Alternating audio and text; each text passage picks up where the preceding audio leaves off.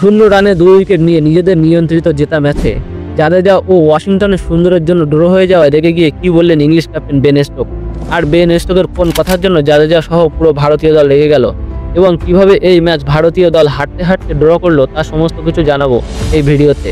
ভিডিওটি স্কিপ না করে সম্পূর্ণ দেখুন। আর বন্ধুরা, আপনাদের কি মনে হয় এই ম্যাচের মতো কি সিরিজ ড্র করতে সক্ষম হবে ভারতীয় দল? আমাদের কমেন্ট করে জানাতে ভুলবেন না।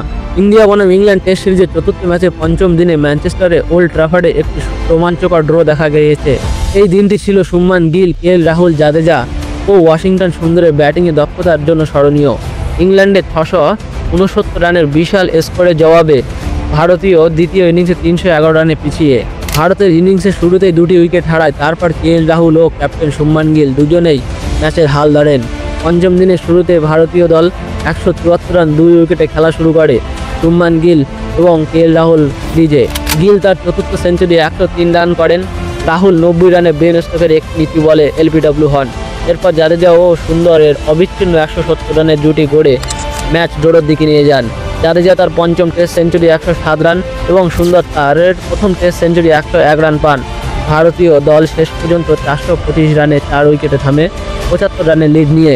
ম্যাচ শেষে একটি নাটকীয় মুহূর্ত আসে যখন বেন স্টোকস ড্রর জন্য হ্যান্ডশেকের প্রস্তাব দেন। জাদেজা ও সুন্দর 90 রানের কাছাকাছি ছিলেন।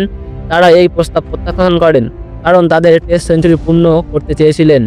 স্টোক কিছুটা হতাশ হয়ে জাদেজাকে বলেন, তুমি কি হ্যারি ব্রুকের বোলিংয়ে টেস্ট সেঞ্চুরি করতে চাও? এই কথোপকথনে মাঠের মধ্যে উত্তেজনার সৃষ্টি হয়। শুভমান গিল পরে বলেন, জাদেজা ও সুন্দর তাদের টেস্ট সেঞ্চুরির জন্য প্রাপ্য ছিলেন, এটা তাদের সিদ্ধান্ত ছিল।